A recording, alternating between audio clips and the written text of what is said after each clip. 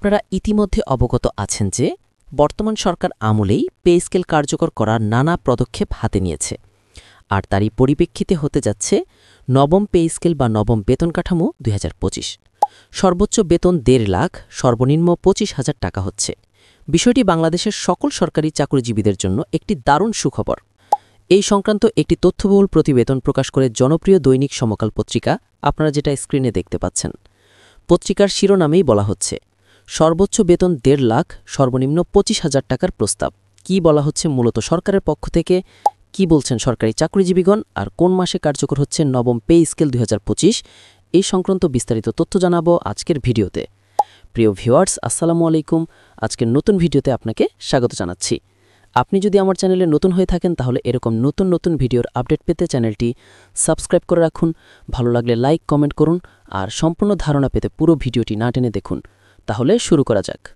নতুন বেতন কাঠামোতে সর্বনিম্ন ২৫,০০০ টাকা এবং সর্বোচ্চ ১,৫০,০০০ টাকা নির্ধারণের প্রস্তাব দেওয়া হয়েছে। গত বৃহস্পতিবার অর্থ বিভাগের কর্মকর্তা কর্মচারী কল্যাণ সমিতির নেতারা পে কমিশনে এই প্রস্তাব জমা দেন। প্রস্তাবে সাকুল্য বেতন কিংবা পারিশ্রমিক নামে বিকল্প বেতন কাঠামো গঠনের কথা বলা হয়েছে, যেখানে বিদ্যমান বেতন কাঠামোর ভাতাসহ আর্থিক ও অনার্থিক কোনো সুবিধাই থাকবে না। প্রস্তাবিত এই বেতন কাঠামো অনেক উন্নত ও উন্নয়নশীল দেশে চালু আছে। বিভিন্ন কমিটির সভা, সেমিনার ও প্রশিক্ষণে অংশ নিয়ে সরকারি চাকরিজীবীরা যে সম্মানী কিংবা ভাতা নিচ্ছেন তা নৈতিকভাবে গ্রহণযোগ্য নয়। কর্মকর্তা কর্মচারীরা নিজ নিজ পদের উপর অর্পিত দায়িত্ব পালনের জন্য পৃথকভাবে এই সম্মানী নিচ্ছেন। এতে বছরে ব্যয় হচ্ছে প্রায় ১,০০০ কোটি টাকা। এই সুবিধাও বাতিলের জন্য কমিশনের কাছে প্রস্তাব দেওয়া হয়েছে। সূত্রমতে পে কমিশনের কাছে ২ ধরনের প্রস্তাব পেশ করেছে অর্থ বিভাগের কর্মকর্তা কর্মচারী কল্যাণ সমিতি। প্রথমটি হচ্ছে বিদ্যমান বেতন কাঠামো বহাল রেখে নতুন সুযোগ সুবিধা সংযোজন, এবং দ্বিতীয়টি বিদ্যমান বেতন কাঠামো বাতিল করে বিকল্প হিসেবে সাকুল্য বেতন কাঠামো প্রণয়ন। প্রস্তাবে সচিবালয়ে নিয়োজিত সব পর্যায়ের কর্মকর্তা কর্মচারীর জন্য সচিবালয় ভাতা এবং রেশন সুবিধা চালুর কথা বলা হয়েছে। এর যৌক্তিকতা দেখানো হয়, সচিবালয়ে নিয়োজিত জনবল সরকারের সামগ্রিক কার্যক্রম পরিচালনায় মূল চালিকা শক্তি। কাজের গুরুত্ব ও দায়িত্বে ভিন্নতা বিবেচনায় সরকারের বেশ কিছু দপ্তর এরূপ ভাতা দিচ্ছে, যেমন রাষ্ট্রপতির কার্যালয় এবং প্রধান উপদেষ্টার কার্যালয় টিপটপ ভাতা। সশস্ত্র বাহিনী, পুলিশ, বিজিপি সহ বিভিন্ন বাহিনী, দুর্নীতি দমন কমিশনে নিয়োজিত জনবলের জন্য রেশন সুবিধা ও ঝুঁকি ভাতা এবং জুডিশিয়ারি ক্যাডারভুক্তদের জন্য বিশেষ ভাতা রয়েছে। প্রস্তাবে টাইম স্কেল, সিলেকশন গ্রেড সহ অন্যান্য সুবিধা পুনর্বহাল অথবা ৪টি উচ্চতর গ্রেড দেওয়ার কথা বলা হয়।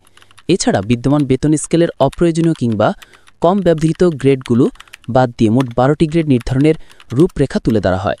এক্ষেত্রে নতুন কাঠামোতে সর্বোচ্চ ও সর্বনিম্ন বেতন যে হারে বেড়েছে, অন্য গ্রেডের ক্ষেত্রে একই হারে বাড়ানোর প্রস্তাব দেওয়া হয়। বেতন স্কেল ১৯৭৩-এ গ্রেড ছিল ১০টি। বিদ্যমান বেতন কাঠামোতে বেশ কয়েকটি অপ্রয়োজনীয় কিংবা কম ব্যবহৃত গ্রেড আছে। প্রযুক্তির উন্নয়ন ও দক্ষতা বৃদ্ধির কারণে ভিন্ন ভিন্ন পদে জনবল নিয়োগ আবশ্যক নয়, যেমন অফিস সহায়ক, মেসেঞ্জার, দপ্তরি, প্লেন ফটোকপিয়ার, এসব পদ একই গ্রেডের অন্তর্ভুক্ত করা যায়। একইভাবে কম্পিউটার অপারেটর, শর্ট মুদ্রাক্ষরিক কাম কম্পিউটার অপারেটর, অফিস সহায়ক কাম কম্পিউটার মুদ্রাক্ষরিক এবং ডাটা এন্ট্রি অপারেটরকে একই গ্রেডভুক্ত করা যেতে পারে। এজন্য চতুর্থ শ্রেণীর জন্য ২টি ১৯ ও ২০ গ্রেড ও ১৭-১৮ গ্রেড, তৃতীয় শ্রেণীর জন্য ২টি ১৩-১৬ গ্রেড এবং ১১-১২ গ্রেড, দ্বিতীয় শ্রেণীর জন্য ১টি গ্রেড অন্তর্ভুক্ত করা যেতে পারে। এছাড়া ষষ্ঠ ও অষ্টম গ্রেডের কোনো বাস্তব ব্যবহার নেই। এ কারণে অষ্টম নবমকে ১টি এবং পঞ্চম ষষ্ঠকে ১টি গ্রেডে একীভূত করা যেতে পারে। প্রস্তাবে আরও আছে বর্তমান বেতন কাঠামোর ১০ম গ্রেডভুক্ত কর্মচারীরা টিফিন ও যাতায়াত ভাতা পাচ্ছেন না। তারা দাপ্তরিক মেট্রোবাস বা অন্য কোনো পরিবহন সুবিধাও পান না। তাই টিফিন ভাতা ২০০ থেকে ৩,০০০ টাকা এবং যাতায়াত ভাতা ৩০০ থেকে ৪,৫০০ টাকা করাসহ এ দুটি সুবিধায় ১০ম গ্রেডভুক্ত কর্মচারীদের অন্তর্ভুক্ত করতে হবে। এছাড়া শিক্ষা বাবদ ব্যয় মূলত ৪টি স্তরে, প্রাথমিক, মাধ্যমিক, উচ্চ মাধ্যমিক ও স্নাতক। এই কারণে প্রত্যেক সন্তান অনধিক ২টি জন্য স্তর অনুযায়ী শিক্ষা সহায়তা ভাতা যথাক্রমে ২,০০০, ৪,০০০, ৬,০০০ ও ৮,০০০ টাকা নির্ধারণ করা যেতে পারে।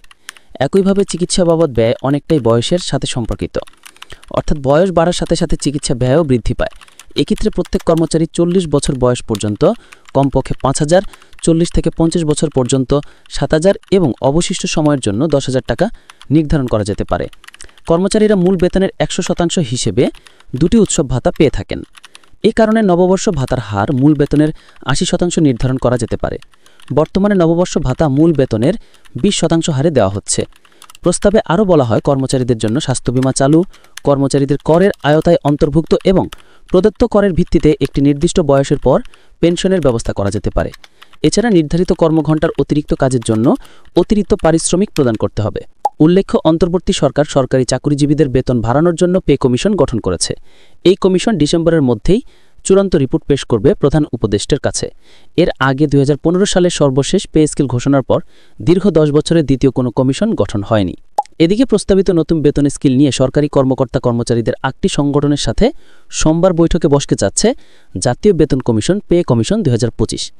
এসব সংগঠনের মধ্যে রয়েছে বাংলাদেশ কালেক্টরেট সহকারী সমিতি বা কাস, কর্মকর্তা কর্মচারী কল্যাণ সমিতি, স্থানীয় সরকার বিভাগ, অর্থ বিভাগের কর্মকর্তা কর্মচারী কল্যাণ সমিতি, ডিপ্লোমা কৃষিবিদ ইনস্টিটিউশন বাংলাদেশ, বাংলাদেশ গ্রাম পুলিশ সার্ভিস অ্যাসোসিয়েশন কেন্দ্রীয় committee, institution of diploma engineers Bangladesh IDEB, federation of agriculture research scientist association এবং বাংলাদেশ ডিপ্লোমা লাইভস্টক অ্যাসোসিয়েশন কেন্দ্রীয় নির্বাহী পরিষদ।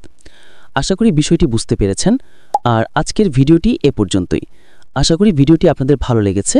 ভিডিওটি ভালো লাগলে লাইক আর কমেন্ট করতে ভুলবেন না। দেখা হবে অন্য কোনো ভিডিওতে। সে পর্যন্ত সবাই ভালো থাকবেন। ধন্যবাদ।